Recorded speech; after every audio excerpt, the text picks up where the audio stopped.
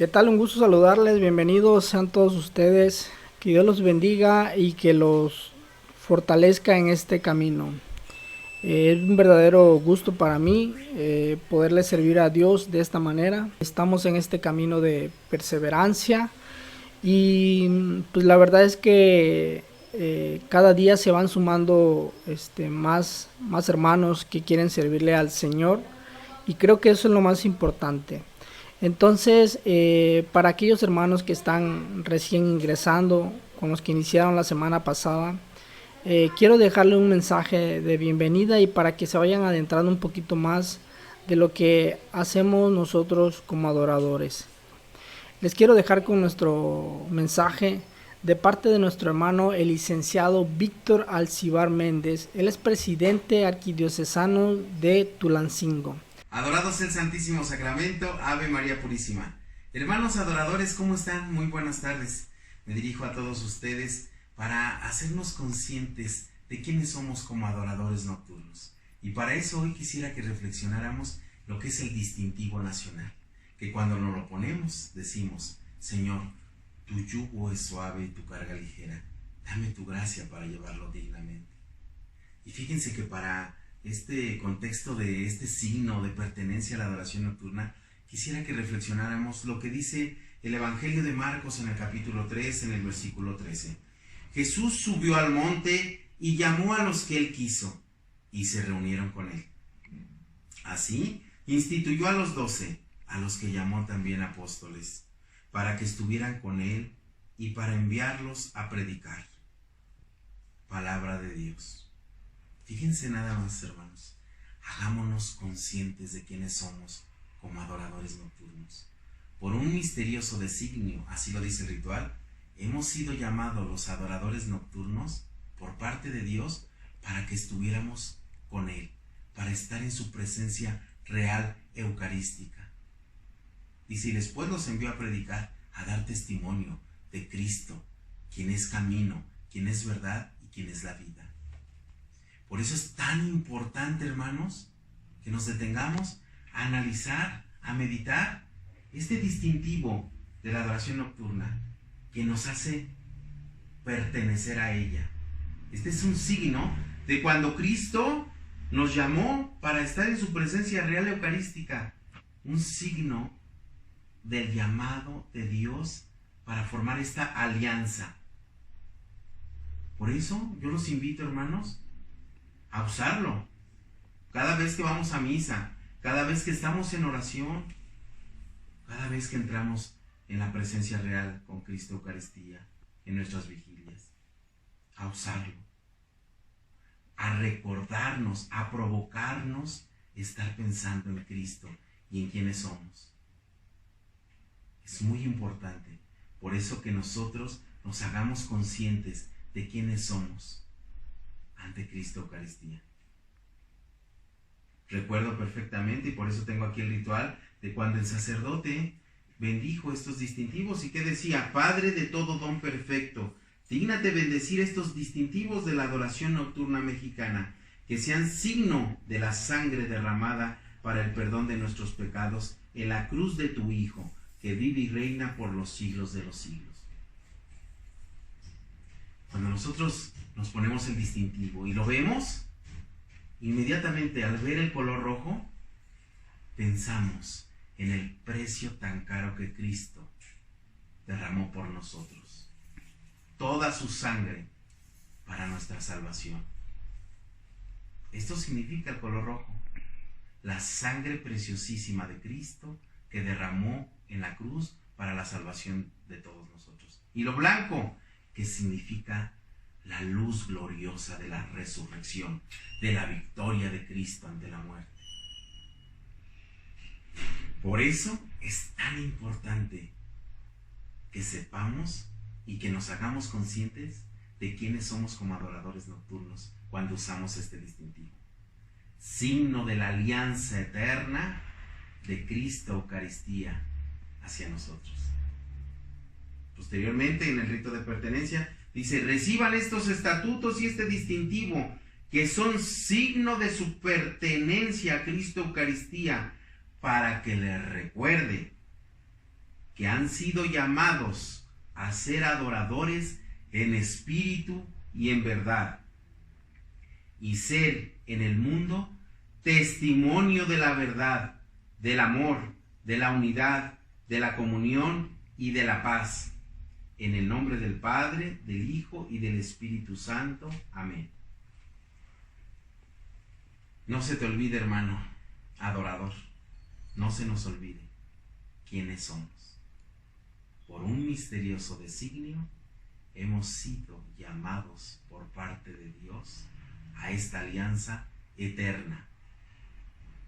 Mediante este signo lo recordamos de quiénes somos frente a Cristo Eucaristía. Dice, te he llamado para que estuviera con Él, con Cristo. Bueno, me despido de todos ustedes bajo esta reflexión de quiénes somos los adoradores nocturnos. Y no se te olvide, hermano, pedir perdón por nuestros pecados y por los del mundo entero. Seamos esa luz, demos ese testimonio de un Cristo resucitado, de victoria, que nos sostiene con su mano victoriosa. No se te olvide estar de rodillas ante Cristo Eucaristía, que sólo así estaremos de pie ante las adversidades del mundo. Y que viva Cristo Rey y Santa María de Guadalupe, y que sea por siempre bendito y adorado Cristo, nuestro Señor sacramentado, nuestro Rey por los siglos de los siglos. Bueno, queridos hermanos, como ya oímos, se mencionan algunos aspectos muy importantes, ¿no? Nos mencionó la importancia del distintivo, nuestro ritual, nuestros estatutos, y prácticamente mencionó a grandes rasgos la misión de nosotros como adoradores. Pero cada uno de esos puntos lo vamos a ir desglosando en el transcurso de nuestra preparación, porque la misión que tenemos ahorita en primera instancia es poder conformar el número de integrantes mínimos para que podamos constituir nuestra sección San José Sánchez del Río. Y una vez que se vaya a constituir, ahí en ese proceso vamos a ir descubriendo lo que mencionaba el hermano, que es también nuestra misa de constitución como sección. Ahí nos van a dar nuestro distintivo, nos van a dar las oraciones pertinentes, la bendición, etcétera. Y lo que vamos a hacer ahorita es ir preparando, pues de alguna manera, nuestro corazón, irnos disponiendo en cuerpo, en mente, en alma, para que cuando llegue ese momento de que se constituya la sección, pues ya tengamos todos los conocimientos necesarios para poder hacer nuestra vigilia de manera completa y todo lo que se hace en el ritual. Hermanos, no es una coincidencia que en el fondo de pantalla tengo una imagen muy especial. Esa imagen es el Monte de los Olivos, es donde Jesús subía a orar. Y en ese sentido vamos a dar inicio a nuestro tema y que puedan ustedes recibir el mensaje de Dios, no mío, no de nuestros hermanos que están al frente, sino de Dios, que es quien nos ha puesto en este ministerio. Que Dios los bendiga y comencemos. Miren, hermanos, como introducción para la adoración nocturna mexicana, es importante que nosotros nos formemos de alguna manera en nuestra espiritualidad. Entonces, quiero decir con esto que conozcamos cada uno de nosotros cuáles son nuestras funciones, qué debemos de hacer y cómo nos debemos de formar como adoradores. Para eso necesitamos lo que es nuestra guía de formación para el adorador nocturno. Los objetivos que nos proponemos en esta reunión son descubrir cuál es nuestra vocación cristiana, identificar las herramientas que nos ayudarán a ser verdaderos adoradores en espíritu y verdad, conocer las acciones concretas para comprender el camino de la conversión. Introducción. Hermanas y hermanos de la adoración nocturna mexicana, con la actualización y aprobación de nuestros estatutos por la Iglesia, Hemos entrado en una nueva etapa en la adoración nocturna mexicana, etapa de renovación, actualización, de impulso, con nuevo ardor y fervor para vivir nuestro carisma y misión que la Iglesia nos ha confiado. En efecto, esto supone entrar en un proceso de conversión, lo que ya les comentaba al inicio, que nos lleve a superar inercias, a romper con una vida instalada, cómoda, mediocre y rutinaria en el modo de realizar las vigilias. Es decir, que no caigamos en esa monotonía de hacer las cosas porque así nos las enseñaron una y otra vez, sino hacer las cosas con ese verdadero deseo, amor y crecimiento que vayamos teniendo como seres humanos, como hijos de Dios, y que hoy Dios intenta que descubramos esas claves que nos van a ayudar a formarnos como verdaderos cristianos. Bien, hermanos, miren, para entrar en dinamismo del Espíritu Santo, como lo señala nuestro estatuto en la introducción, que dice lo siguiente: estos estatutos han sido renovados y actualizados. Se ha podido realizar con la luz y guía del Espíritu Santo y las sugerencias y aportaciones de todos los miembros de la adoración nocturna mexicana. Son la ley fundamental que define los elementos sustanciales de la vida y misión de la adoración nocturna mexicana. Los estatutos son pues una norma que brota de la misma vida, una ley escrita no en tablas de piedra, sino en la carne del corazón. Los estatutos son la palabra escrita al ser aprobada por la Iglesia. Se convierten en norma de vida y de acción para todos los miembros de la adoración nocturna. Los estatutos son un camino válido de configuración con Cristo, Eucaristía, que al ser aprobados por la Iglesia son una guía espiritual para todos los adoradores. Como San Pablo, a quien se le dijo: levántate, entra en la ciudad, a ti también se te dirá lo que tienes que hacer. También a los adoradores se les dice, en el momento de su ingreso a la adoración nocturna, se te dirá lo que tienes que hacer.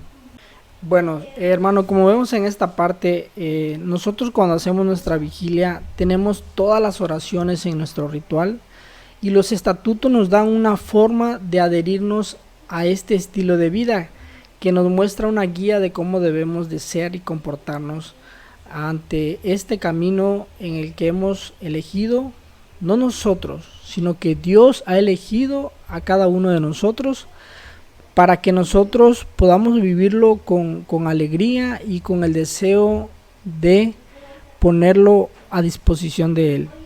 Entonces, en este sentido, lo que nosotros vamos a aprender no es algo que nos vamos a inventar los hermanos que estamos al frente, como es la hermana Elsa, es Salvador, Juan, Rita, todos los que ya llevan de alguna manera tiempo con nosotros en este camino de perseverancia, sino es algo que ya está establecido. Entonces, en cada una de las secciones, en cada uno de los lugares donde se hace la adoración nocturna mexicana, ya está conformado cómo debemos de actuar, de hablar, de hacer nuestra vigilia y sobre todo todas las oraciones que se van a realizar en cada una de nuestras vigilias. Bien, abramos nuestros corazones a la acción del Espíritu Santo para hacer la voluntad del Padre en ser verdaderos adoradores en espíritu y en verdad, que es nuestra vocación cristiana, vocación universal a la santidad. Llamados a la santidad.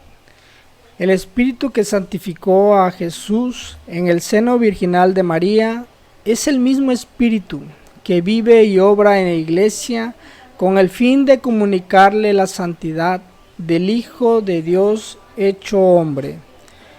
Santos e inmaculados en su presencia, en el amor, nos elige desde la eternidad para ser hijos adoptivos por medio de Jesucristo. Yo aquí preguntaría a cada uno de ustedes, ¿dónde nosotros recibimos esa santidad de la que hoy nos habla este tema? Si nosotros nos ponemos a analizar, hay un momento especial en el que nosotros recibimos esa santidad, que en el transcurso de nuestra vida, del camino, de la circunstancia lo perdemos, pero que siempre está para nosotros, desde ese instante. Es decir, incluso desde que Jesús dio la vida por nosotros, ahí ya nosotros somos partícipe de esa gracia. Mas sin embargo se tiene que cumplir algo muy importante como cristianos, que es lo siguiente: la vocación a la santidad hunde sus raíces en el bautismo y se pone de nuevo ante nuestros ojos en los demás sacramentos y principalmente en la Eucaristía. Bueno, ahí en el bautismo nosotros recibimos esa gracia de Dios que es la santidad. No sé si han escuchado alguna vez algún sacerdote, algún diácono que menciona que el día que nosotros bautizamos a nuestros hijos, ese día tenemos la oportunidad de tener en nuestras manos a un santo. Es decir, nosotros cuando fuimos bautizados, fuimos pues de alguna manera ungidos por Dios al grado de tener esa santidad. Ahora bien, ¿cómo nosotros perdemos esa santidad? Pues a través de nuestros pecados, y cada vez que nosotros renegamos de alguna manera de todas las gracias que Él nos ha dado por el hecho de vivir en el mundo y perdernos de aquellas cosas muy importantes que nos mantienen en la presencia de Dios. Entonces, cada vez que nosotros cometemos un pecado, de alguna manera incurrimos en una falta hacia Dios, nos alejamos de esa santidad. Ahora bien, ¿cómo recuperamos nosotros nuestra santidad cuando hemos caído en pecado? Pues como lo dice a través de los sacramentos. En este caso nos ayuda el sacramento de la reconciliación. El ir a confesar nuestros pecados nos vuelve a regresar esa gracia que recibimos desde el bautismo, que nunca se va, pero que nosotros lo vamos alejando cada vez caemos en pecado. Pero también nos alimentamos del cuerpo de Cristo a través de la Sagrada Eucaristía. Es donde nosotros nos fortificamos, nos sentimos llenos, plenos de la presencia de Dios que nos acompaña en todo momento. Y sabemos que para poder comulgar necesitamos habernos confesado, tener un arrepentimiento para no incurrir en la comunión indigna, ¿verdad? Entonces lo importante aquí es reconocer e identificar cuáles son esos caminos que nos van acercando cada vez más a la santidad. Y en este caso recurrimos a la confesión y a la comunión. Y por eso es que revestidos de Jesucristo y llenos por su Espíritu, los cristianos son santos y por eso quedan capacitados y comprometidos a manifestar la santidad de su ser en la santidad de todo su obrar. El apóstol Pablo no se cansa de amonestar a todos los cristianos para que vivan como conviene a los santos. Yo siempre hago esta pregunta: cuando ustedes piensan en la palabra santidad, ¿qué es lo primero que se le viene a la mente? ¿Qué es lo primero que piensan? ¿Piensan que es difícil? ¿Piensan que es imposible? ¿Piensan que solo los santos, aquellos que conocemos, pudieron ser santos porque sí, les costaría trabajo, lo disfrutaron? ¿Cuál es el pensamiento más común que se les viene a la cabeza? Yo recuerdo que siempre que escuchaba esta palabra, un santo es una persona perfecta que no comete ningún pecado y que nació para ser santo, y que para mí es imposible poder ser santo. Pero cuanto más iba descubriendo yo el camino de Cristo, conociéndolo, saber cómo Él me amaba, cómo yo podía regresar ese amor, compartirlo con mis hermanos, fui entendiendo que la santidad es una forma de vivir que no nos garantiza que nosotros lo seamos, pero que sí podemos serlo, como Jesús nos lo dice en su palabra: sean santos como yo y mi Padre fuimos santos. Entonces Él nos da una clara enseñanza de que todos podemos ser santos. Y para lograrlos hay que caminar al lado de Él, conociéndolo, viviendo su evangelio, poniéndolo en práctica, porque al final de cuentas una oración que no es vivida muchas veces no tiene sentido. Es decir, todo lo que hace uno con caridad, pero no se acompaña de la oración, no tiene sentido. Hacer mucha oración y no los llevas a actos de caridad, tampoco tiene sentido. Entonces, tiene que ir acompañado de los dos, para no creer que las cosas dependen de nosotros. Entonces, oración acompañado de caridad y la caridad de oración. Consagración bautismal. Cristo vino al mundo para consagrarnos, para introducirnos en el ámbito más íntimo de lo sagrado que es Él mismo. El Padre nos eligió desde toda la eternidad en la persona de su Hijo para que fuéramos de verdad hijos suyos, santos y consagrados en su presencia por el amor. Lo que le decía a un inicio, el pecado nos aleja de Dios. En un inicio, muchos de los que están en esa lucha espiritual y buscando respuesta y diciendo que si Adán y Eva, por quienes vino la muerte, pues muchas veces es más fácil culpar a los demás por aquello que nos afecta. Y es más fácil en general siempre de nuestros errores culpar a alguien más y muy pocas veces reconocer la parte que a nosotros nos toca como hijos de Dios o como personas, pero en este caso en especial como hijos de Dios. Hay unas palabras que dicen: si por un hombre entró el pecado y por una mujer, por un hombre y por una mujer también entró la salvación. Se refiere a Jesús, a María. Debemos de tomar conciencia que si somos hijos de Dios a través del bautismo, hermanos de Jesucristo, y pasamos a ser libres de pecado y de la muerte, nosotros tenemos ese compromiso con Dios para agradecerle todo lo que nos ha dado de una manera gratuita, dando a su Hijo por nosotros, entregándolo a la muerte para que nosotros pudiéramos ser salvos. Jesús, el único camino para la santidad. Yo soy el camino, la verdad y la vida. Con estas palabras Jesús se presenta como el único camino que conduce a la santidad. Jesús se encarna para consagrar toda la realidad humana y desde ella todo el mundo del hombre, toda la creación, asumiéndola, elevándola, trascendiéndola y sacrificándola. El sacrificio está constituido ante todo por esta autodonación personal. Toda la vida terrena de Jesús fue un proceso y un camino hasta su definitiva consagración. Jesús se fue consagrando a sí mismo y se fue dejando consagrar, ungir por el Espíritu Santo en la medida que iba realizando su sacrificio. Esta es una clara enseñanza de cómo Jesús nos invita a que de alguna manera nosotros vayamos sacrificando nuestro tiempo, nuestro estilo de vida lo vayamos convirtiendo hacia Él, y nos deja este mensaje clarísimo: yo soy el camino, la verdad y la vida. El que no viene a mí, no viene a mi Padre.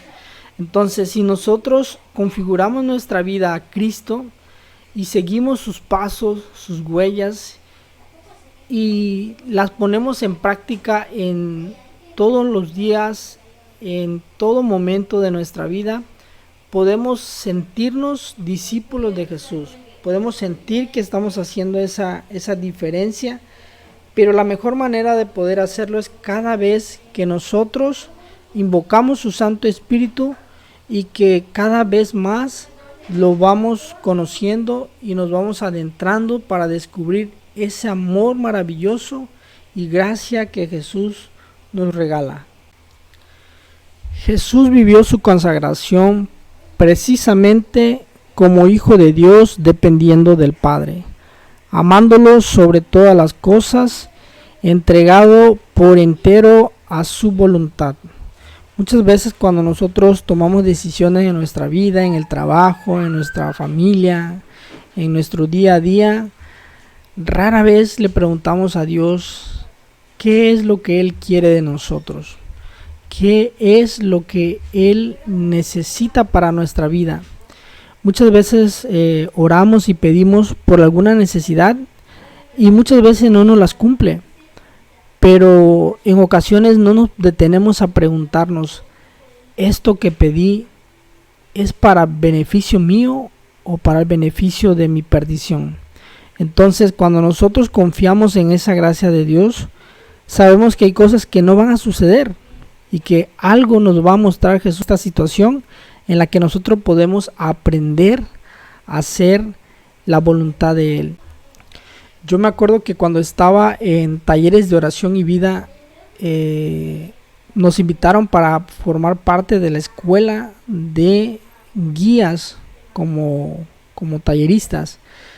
Y cuando estábamos en esa formación, había un mensaje del Padre Ignacio que decía, guías, ustedes están dispuestos a servirme en un rincón del mundo donde lo reconozca, donde nadie les ensalce su servicio y que los haga sentir que ustedes son mejores personas, es decir, que nadie les aplauda lo que ustedes están haciendo.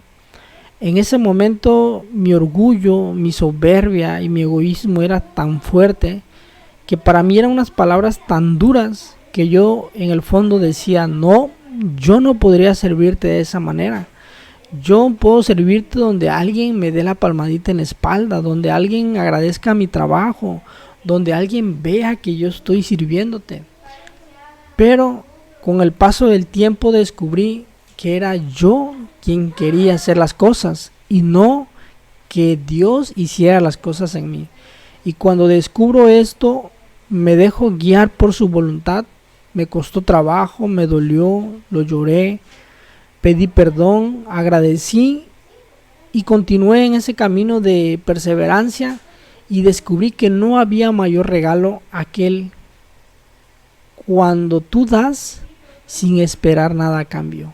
Cuando tú entregas algo de corazón, se cumple esa palabra que dice, recibes más cuando das que cuando recibes. Es un regalo infinito de Dios, porque para nosotros como seres humanos pensamos que es dar y recibir a cambio de algo. Si no hay un verdadero trasfondo de ¿qué me van a dar a cambio de lo que voy a hacer?, no queremos dar ese paso. Pero cuando lo hacemos de corazón sin esperar nada a cambio, sentimos un regalo tan grande que no hay manera de cómo explicarlo. Pero en ocasiones nosotros como adoradores lo hemos experimentado en la adoración a la Sagrada Eucaristía, es decir, a la adoración a Jesús en la Eucaristía, y vemos cómo en ocasiones llegamos cansados, y cuando nosotros entramos en esa presencia viva de Él, recibimos una gracia tan enorme que de verdad no hay palabra de cómo agradecer de que Dios nos quita ese cansancio, ese sueño, y queremos permanecer más tiempo con Él en la adoración a su sagrado cuerpo. El Padre nos eligió desde toda la eternidad en la persona de su Hijo para que fuéramos de verdad hijos suyos, santos, consagrados en su presencia por el amor.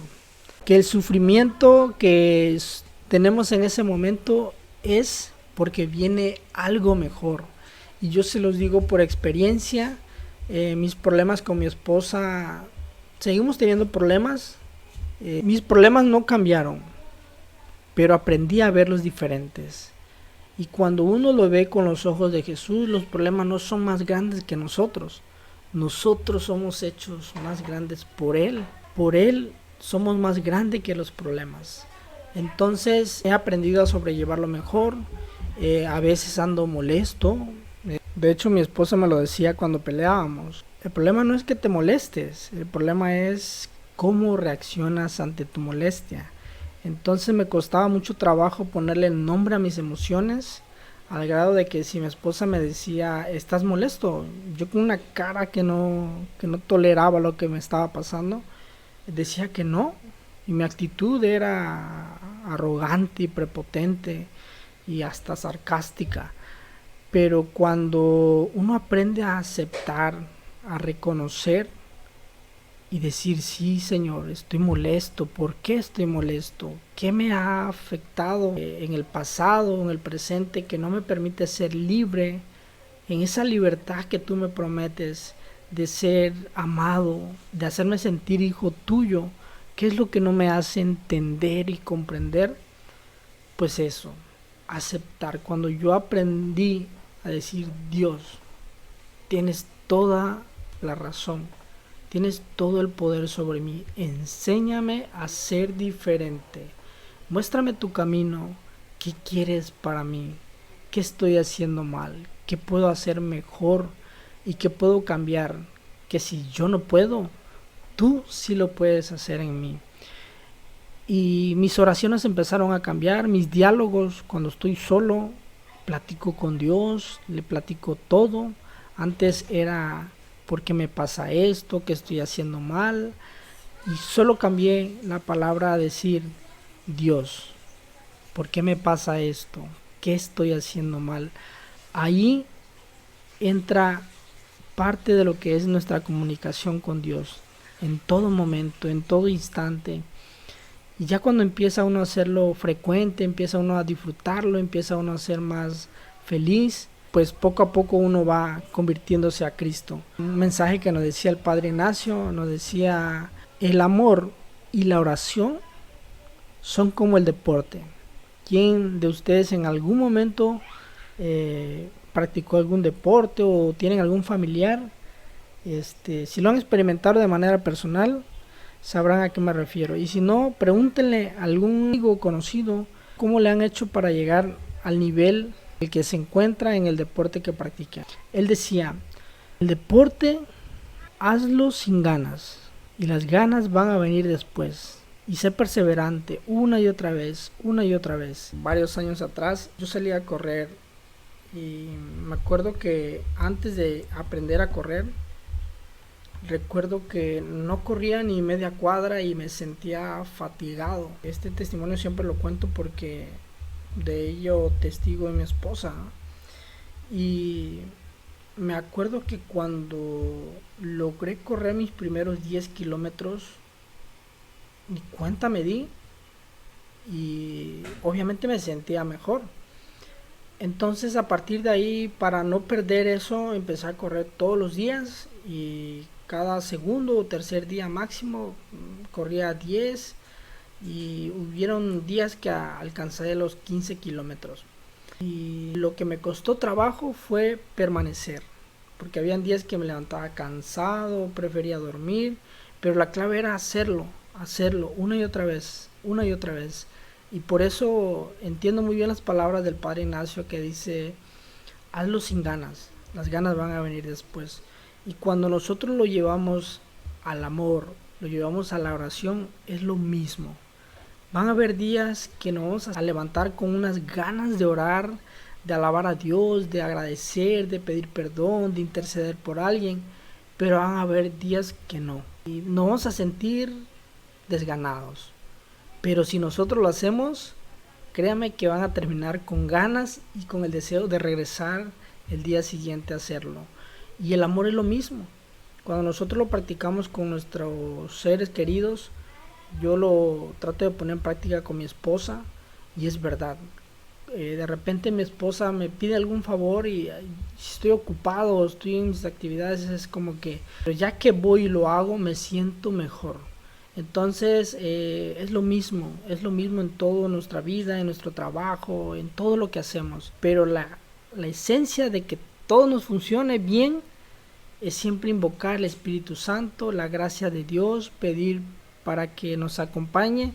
Y algo que aprendí de otro hermanito que también deseaba ser adorador, Noelito, que en paz descanse. Él anhelaba tener su distintivo, no alcanzó a ello. Yo creo que también los que estamos trabajando lo estamos haciendo en memoria también de aquellos que se han quedado en el camino, pero lo hacemos con ese amor y agradecimiento. Me acuerdo que el consejo que nos daba era: ¿quieren acortar su camino para llegar más rápido a Dios? Les aconsejo, hagan el rosario. Por eso en nuestro ritual hay una parte en nuestra vigilia que hacemos el rosario. Ustedes se acordarán del texto bíblico, las bodas de Caná, cuando María le dice a Jesús: hijo, se terminó el vino. Y él le dice: mujer, ¿y qué quieres que hagas? Todavía no es mi hora. Y ella, confiando en su hijo, confiando en Dios, le dijo a los que estaban con él: vayan y hagan lo que él les diga. De alguna manera vemos cómo María intercede ante la necesidad de esa familia.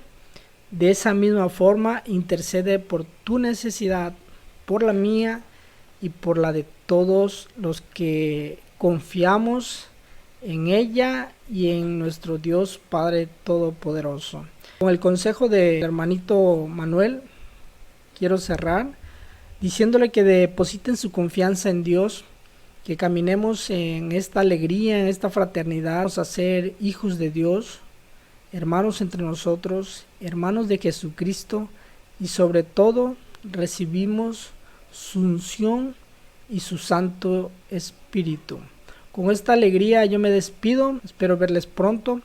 Es una alegría nuevamente compartir con ustedes que cada vez más estamos cerca de conformar nuestra sección para estar en ese momento de adoración a nuestro santísimo sacramento del altar, es decir, Jesús sacramentado en su presencia viva, vivificante, que nos llena y nos reconforta cada vez que estamos en esa presencia íntima con Él. Somos quienes tenemos ese privilegio de recibir a Jesús sacramentado especialmente para nosotros, donde podemos adorarle, orarle, pedirle, agradecerle y estar acompañado de Él y Él de nosotros. Nos estamos viendo en la próxima vigilia, no se la pueden perder. Que Dios los bendiga, quédense a compartir con nuestros hermanos, den sus puntos de vista, todo nos va a enriquecer, todo nos va a ayudar. Hasta pronto.